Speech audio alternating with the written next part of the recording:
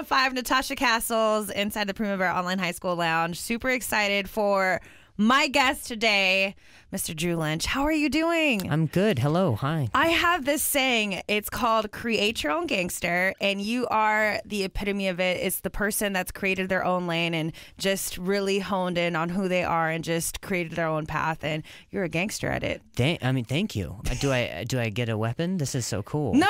It's not about weaponry. Oh, it's not weaponry? No. Not violence at all. It's all about just being a badass, well, which you are. I'm less interested, but I appreciate the gangster thing. I get that's such a cool, I guess, motto. Mm-hmm. That's such a cool thing, cool way to live by. I guess you just mean like kind of creating your own opportunities and the avenues. All of that. Wow. Tell me about you growing up. Oh wow, we're going deep. Yes. Okay. I was a quiet boy. No, I don't know.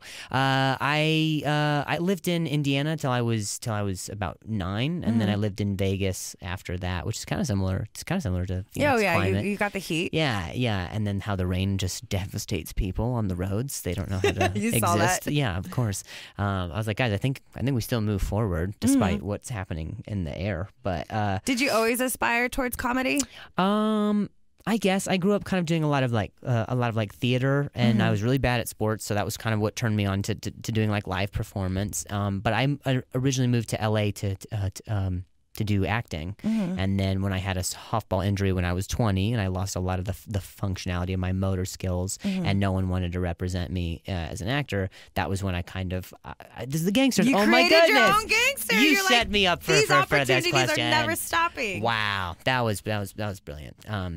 So that was kind of how I had to force myself to get on stage and kind of talk about it, and and then it's been great since. It's been great since, only 1.6 million YouTube followers it's okay. later. It's okay. It's okay. I just started following, and I love your videos, especially the dog vlogs. Oh, thank you. Thank you. I am a new pet owner in general. Really? I kind of got in a relationship, and I'm Wow. kind of stuck in the pet ownership. Oh, I no. love my pets now. If you guys break up, one of you gets it. You know that, right? We have 2. Oh, okay. So then you have one with one. Yeah, okay, I've already claimed so smart. This last one that we just got. We just got a puppy. Oh, did you? What kind? A pit, blue nose pit. Oh, they're such pretty dogs. So man. cute. She's Yeah. only 4 months old. Yeah. Her name is Dobby, if you're familiar with Harry Potter. Oh my goodness. Are you a Harry Potter fan? Yes. Yes. What house are you in? Gryffindor, of Same, course. homie. Yes. Wow. Two I gangsters. took the test, and I don't think I was Gryffindor. I wasn't Slytherin. I think it was Ravenclaw. Oh, really? But I'm still gonna claim It's a good no. Between those two houses, it's good. Ultimately, it's still up for you to decide. But I'm also a Gryffindor. So How did the dog vlogs that's even fine. start, or was it hard to manage it at first? Yeah, well, it's hard to manage any kind of startup just because you don't know if it's got this is sustainability. You don't know if you can continue to do it. For me, I was doing a lot of colleges at the time, and I had not I wasn't like headlining or like traveling a ton. But for what amount I was traveling with my dog Stella, and she's just such a great dog, and I wanted to get better at like joke writing and storytelling and things like that, and I wanted to kind of market it on like a visual platform, so I thought YouTube would be most ideal for that. So I guess the concept is there's just 2 chairs kind of like this, and she will sit right. Yeah, she sits right next to me. I'm her guest.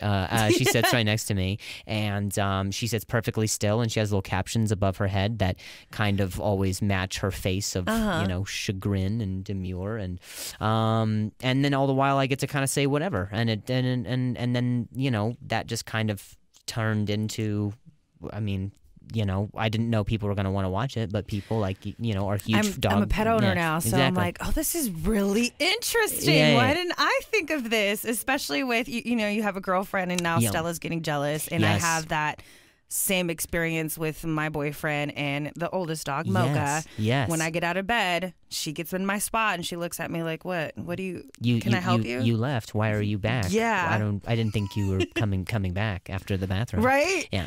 Now, what's really cool about you doing starting your platform on YouTube, and I guess one thing that people speculate a lot about the people uploading videos on Instagram and whatnot is being able to take that and make that act on stage. Does that make sense? Sure, of course. Was that a hard transition for you? Out? Like, yeah, because some comedians will argue that's not the same.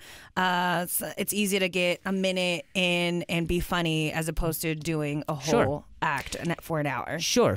I mean, there's always going to be that, but we're in this really cool era where you can hopefully combine what it is that you do for your art for the sake of visibility on a platform of any kind. So I've been doing stand-up for years, and it's only recently come to my attention that I could just start getting rid of a lot of these clips online, because they're just little moments and interactions, things that are off the cuff or in that moment, or that make it specific to that audience and could never be recreated. I think just a friend was like, dude, a friend said, you're just so good. Your written stuff is great, but any of these things, why not, just start to put them out there? So, it's kind of left itself to its own little audience of people who come to the shows now, who have maybe seen those videos of me either kind of handling someone who's like a heckler, or maybe someone who's got some openly drunken criticisms or whatever in my shows, and I just kind of put them out there, and there's no skin off my back. I love playing with the audience and things like that. I love those videos of you just putting the hecklers on blast while they're trying to put you on blast. Exactly. It's like, wait, I don't think you know how this goes. How's the America's Got Talent experience been for you? It's great. That show, I'm forever indebted, because they gave me my start. They were the first show who kind of put me on like a platform, and in a way where they didn't just show my jokes, but they let me tell my story as well. And it's obviously very family friendly. I think I am family friendly, but I'm still, adult, and I'm still a comedian. And is that the transition? Like, hey, a little bit. I want to be a little like the Bob Saget. I want to be a little. Well, not that much, but not that much. But I think it can sometimes be advantageous to go see someone live after you've seen them on TV, to see what's still the same, and how they evolve over doing an hour is very different than what you see on 6 minutes of television. Yeah. And for that matter, when I did America's Got Talent, it was very heavily revolved around doing jokes about my stutter, and since then I rarely do, because I don't want it to be just stigmatized. About that. And, yeah. But that's Yeah. what's really cool. That's why I say you've created your own gangster, when other matters or other people might have just given up, or just society gives up on them. Sure. You kind of just push through that. Yeah, I think it kind of came down to the crossroads of deciding whether to give up or not, and so people almost will be like, "Oh, you're so brave." It's just like, well, the alternative was to just be defeated, and so I don't. If anything, I think it's a plus for you. I think you're funny and you're good at what you do, and the stutter's a plus. Like, what that makes you even cooler? Oh, what the thanks, hell? man. Thank you. It used to be a thing I was very insecure about for the start of my for when it happened, as I think a lot of people would be. It's just that's not what you're at all used to. So since then, it's kind of been a cool thing. It's just like, oh yeah, I forget about it, or it's a unique little touch or blemish, I guess. You're like a rapper. Yeah, just like a rapper. That's exactly what I am. I'm a rapper. He's a rapper. Dog vlogs. Never should have done comedy. I'm a rapper with a cute dog. Well, thank you so much for stopping by. You're at CB Live tonight and this weekend. Stand Up Live in Phoenix, and then Tempe Friday through Sunday. Very cool. Yeah. Thank you so much for stopping by the Castle Show. Whoa, thank you. Whoa.